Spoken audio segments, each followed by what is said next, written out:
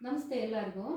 ಇವತ್ತು ನಮ್ಮ ಸ್ಫೂರ್ತಿಧಾಮ ವೃದ್ಧಾಶ್ರಮ ಮತ್ತು ಅನಾಥಾಶ್ರಮದ ವತಿಯಿಂದ ಅದರ ಅಂಡರ್ ಯೂನಿಟ್ ಆದಂತಹ ಗುರುಕುಲ ಸ್ಫೂರ್ತಿಧಾಮ ಗುರುಕುಲಕ್ಕೆ ಇವತ್ತು ಅನ್ನದಾನಿಗಳಾದಂಥ ಶ್ರೀ ಬ್ರಹ್ಮಪ್ರಸಾದ್ ಶ್ರೀ ವಾತ್ಸವರವರ ಜ್ಞಾಪಕಾರ್ಥವಾಗಿ ಇವತ್ತು ಅವರ ಕುಟುಂಬದವರು ನಮ್ಮ ಗುರುಕುಲಕ್ಕೆ ಅನ್ನದಾನವನ್ನು ನೀಡಿದ್ದಾರೆ.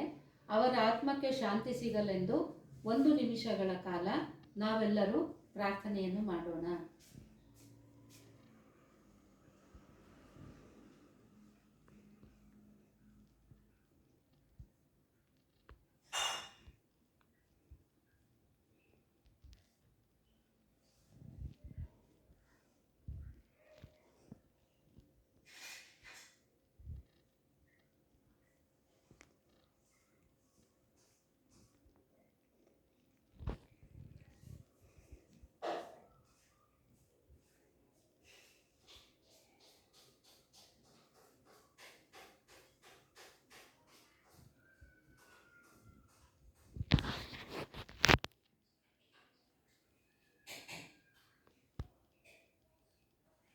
ಓಕೆ.